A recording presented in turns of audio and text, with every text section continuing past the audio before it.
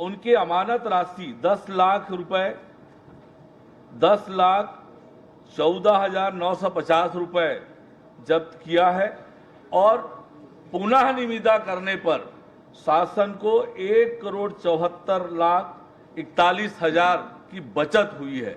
सरकार माननीय नरेंद्र मोदी जी के आकांक्षाओं के अनुरूप लोगों तक शुद्ध जल पेयजल पहुंचाने के लिए प्रतिबद्ध है। उस दिशा में हमारी सरकार आप चाहते क्या है वो पूछ लीजिए। मैं ये चाह रहा हूँ उसी मुद्दा का जवाब आपने अलग पानी टंकी निर्माण बताते हो और अब उसी प्रश्न का जवाब इस प्रश्न में मैंने पहले भी लगाया, मैंने बताया है आपको 2/3/2023 प्रश्न क्रमांक 170। आप जवाब देख लीजिएगा, अगर आपके पास तो अभी का पहले का तो नहीं होगा, उनको मिलान कर लीजिएगा, तुलनात्मक अध्ययन कर लेंगे।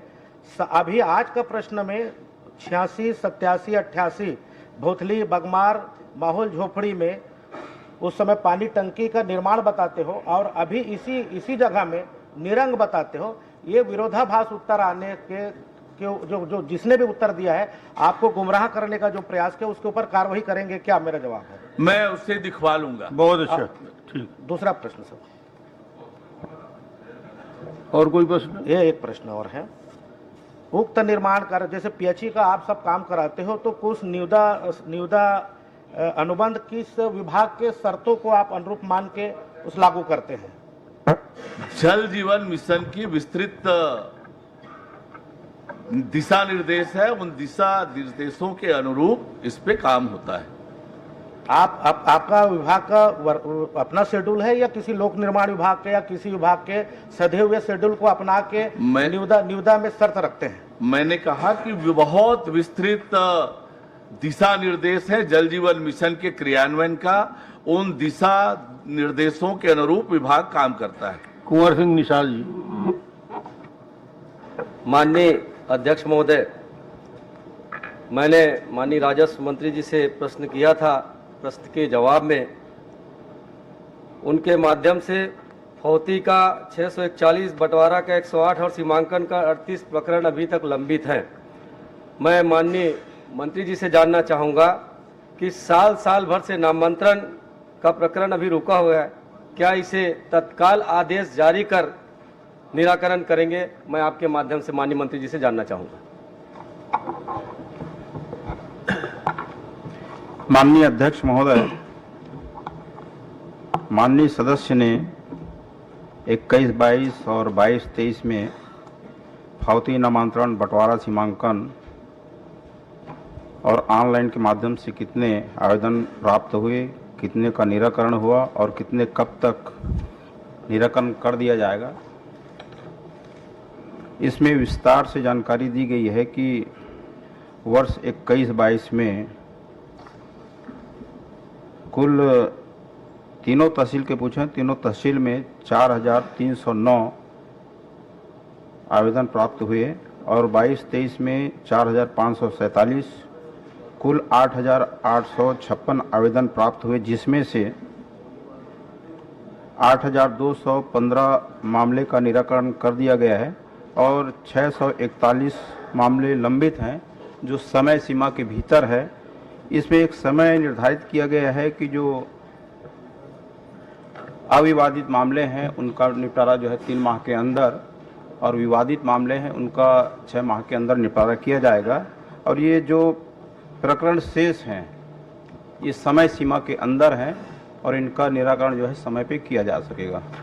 माननीय अध्यक्ष महोदय, नगर अर्जुंदा मेरा गृह निवास है और सबसे ज़्यादा प्रकरण वहीं लंबित है। 452 प्रकरण फौती का वहाँ अभी तक लंबित है।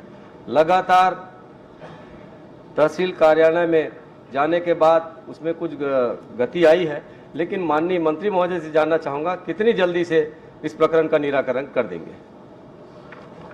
देखिए, राजस्व विभाग के जितने भी लंबित प्रकरण हैं उनको समय सीमा में उसका निपटारा हो, इसके लिए एक लोक सेवा गारंटी अधिनियम भी लाया गया है और इस अधिनियम में जो पहले समय लगता था कि न्यायालयीन प्रकरण में अपील करने का, उनके लिए भी समय सीमा पहली बार निर्धारित की गई है, उनका भी 6 माह के अंदर। बहुत छोटा प्रश्न है, फौती का मामला है, जल्दी से जल्दी हो जाएगा। हाँ, तो ये समय सीमा में तुरंत सब हो जाएगा। निराकरण कर समय दें, सीमा बस। के बाहर कोई नहीं है। हाँ, और कोई ज्यादा प्रॉब्लम नहीं। माननीय और कुछ पूछ रहे हैं? जी माननीय देखो, इसमें एक पूरा प्रश्न है कि मारली बंगला देवरी जो तहसील बना हुआ है 96 गांव को मिलाकर अलग से, पहले सारे उप तहसील बनने के कारण जितने भी प्रकरण के निपटारा होते थे उनको डोंडी लोहारा जाना पड़ता था। तहसील बनने के बाद वहाँ के लोगों को सुविधाएं मिली हैं, लेकिन अनुभाग स्तर के जितने भी प्रकरण उनके लिए आज भी उन 96 गांव के लोगों को डोंडी लोहारा जाना पड़ता है। तो मैं आपसे निवेदन करना चाहूँगा कि अनुभाग स्तर के प्रकरण के निराकरण के लिए कि यदि मारली बंगला देवरी तहसील में 2 दिन का लिंक कोर्ट के माध्यम से अनुभागीय अधिकारी का यदि कोर्ट लगा दिया जाए तो उन 96 गांव के लोगों को एक सुविधा मिलेगी। मैं आपसे निवेदन करना चाहता हूं कि आप आदेश जारी करके 2 दिन का वहां सप्ताह में एक लिंक कोर्ट के माध्यम से लोगों को सुविधा देने का प्रयास करेंगे क्या? देखिए, मारली बंगला में जो प्रकरण है उसमें केवल अभी 23-24 में 22-23 में केवल 2 प्रकरण लंबित हैं। वहाँ पे बंटवारा नामक का जैसे 223 प्रकरण आया, उसमें 21 शेष है, 39 का निराकरण के 2। तो इस हिसाब से वहाँ पे प्रकरण लंबित नहीं है, काम समय सीमा के अंदर हो रहा है।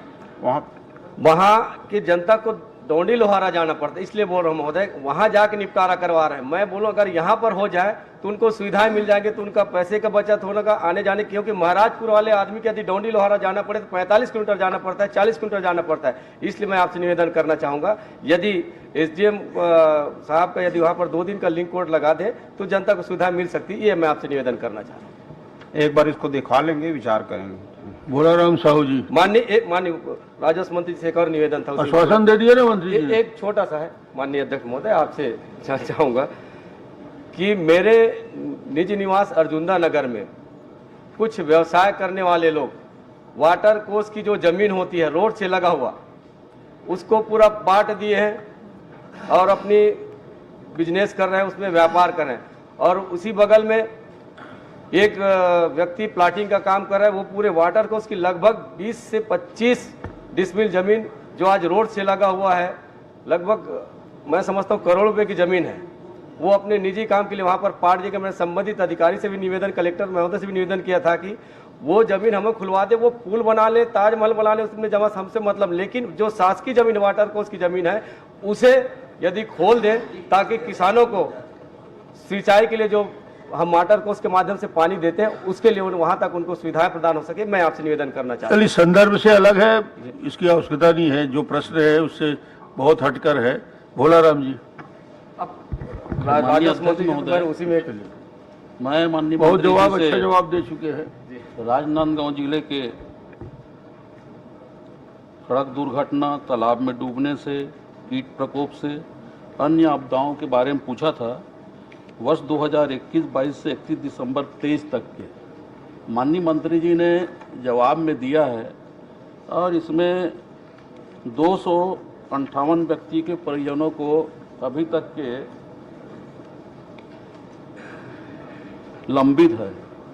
तो ये लंबित प्रकरण का जिम्मेदार कौन है और इस पर आप क्या कार्रवाई करेंगे, बता दीजिए।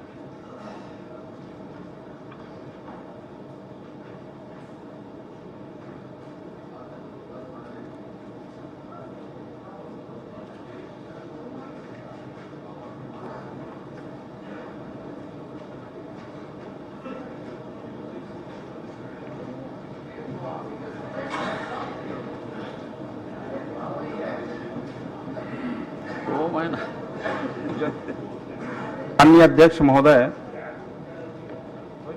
ये राजनांदगांव जिले के 21-22 से 31 दिसंबर तक 2023 तक सड़क दुर्घटना में मृत 141 व्यक्तियों के परिजनों को 35,25,000 रुपये की राशि प्रदान की गई है। 25,000 रुपये प्रति मृत व्यक्ति के परिजनों को दी जाती है। यह राशि सामान्य प्रशासन विभाग के द्वारा क्षतिपूर्ति फंड से प्रदान की जाती है। और प्राकृतिक आपदाओं से मृत 297 व्यक्तियों के परिजनों को 11,79,50,000 रुपये की क्षतिपूर्ति राशि प्रदान की गई है। प्राकृतिक आपदा, बांध, तालाब, स्टॉप डैम में डूबने एवं सर्पदंश से मृत व्यक्ति के परिजन को राशि 4 लाख रुपये राजस्व पुस्तक पत्रिका RBC 64 के तहत दी जाती है। प्राकृतिक आपदा से मृत व्यक्तियों के परिजनों को क्षतिपूर्ति राशि देना शेष नहीं है। अध्यक्ष जी ओला दे दो वालों पढ़ ले वो हम किंतु सड़क दुर्घटना में मृत 258 व्यक्तियों के परिजनों को उस समय तो भारी कुछ याद रहा आप कैसे हो गए 64,50,000 रुपये क्षतिपूर्ति राशि देना शेष है, जो सामान्य प्रशासन विभाग से आवंटन प्राप्त होते ही प्रदान की जाएगी। माननीय अध्यक्ष महोदय, मैं माननीय मंत्री जी से 258 प्रकरण लंबित है, ये लंबित प्रकरण का जिम्मेदार कौन है और किस कारण से लंबित है, क्या उस अधिकारी कर्मचारी के ऊपर आप कार्रवाई करेंगे, क्या बता दीजिए।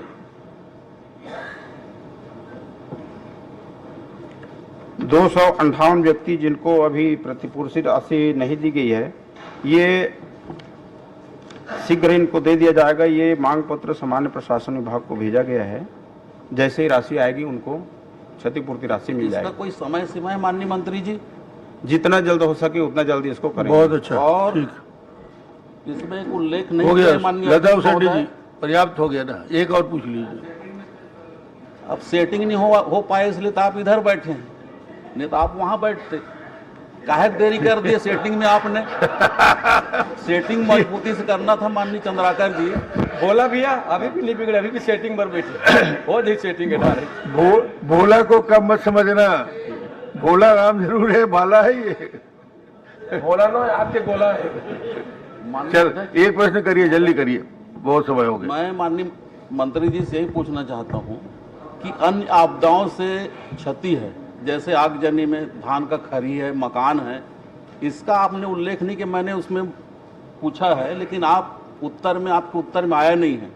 तो ये क्षतिपूर्ति खरी, धान का खरी जलना, मकान जलना, इसके लिए आप क्या कार्रवाई करेंगे? चलिए, ये जो है RBC 64 के तहत ही इनको दी बिल्कुल जाती है। आपदा, बांध, तालाब, स्टॉप डैम में और सर्पदंश जितने भी है, ये RBC के तहत इनको दी जाती है और इसमें प्रकरण शेष नहीं है। माननीय अध्यक्ष महोदय, 3-3, 4-4 साल से मकान जला है, घर ही जला है, आज तक RBC 4 का प्रकरण आज तक तैयार नहीं किया। चलिए आपकी चिंता ठीक है, जल्दी करा ले भाई। लता उसेंडी जी। माननीय अध्यक्ष महोदय, सबकी समस्या है और पूरे छत्तीसगढ़ की समस्या है। जल जीवन मिशन के माध्यम से हम सबको सोच रहे थे कि गांव में जाएंगे तो बोर कराने की मांग खत्म हो जाएगी, लेकिन अभी जा रहे हैं तो उतने ही बोर खनन की मांग आती है। तो मैं ये जानना चाहूँगी माननीय अध्यक्ष महोदय, कई जगह ये देखने को मिला है टंकी बन गया है, कई जगह पाइपलाइन बिछ गया है और कई जगह चीज़ें होगी अधूरी हैं, और अधिकारियों से बात करो तो ये कहा जाता है कि वाटर लेवल चेक करने के बाद हम बोर खनन करेंगे। तो ये जब DPR तैयार होता है तो क्या पानी टंकी, पाइपलाइन और वाटर लेवल सब के अलग अलग होते ही होंगे, लेकिन हर जगह सारे काम पूरे विधानसभा में अधूरे हैं और कुछ आपने बताया है पूर्ण हो गए हैं, लेकिन मैं आपकी जानकारी में कुछ गांवों के नाम पढ़ रही हूँ, माझी, बोरन, पुसावंड, जोबा, ऐसे बहुत सारे जो आपकी लिस्ट में दिया हुआ है, पूर्णता है, पर वो अधूरा है। तो इस पे तत्काल कार्रवाई कर एक जांच समिति बना के कार्रवाई करेंगे क्या, और जिन लोगों ने ये गलत जानकारी दी है उस पे कड़ी कार्रवाई करेंगे क्या?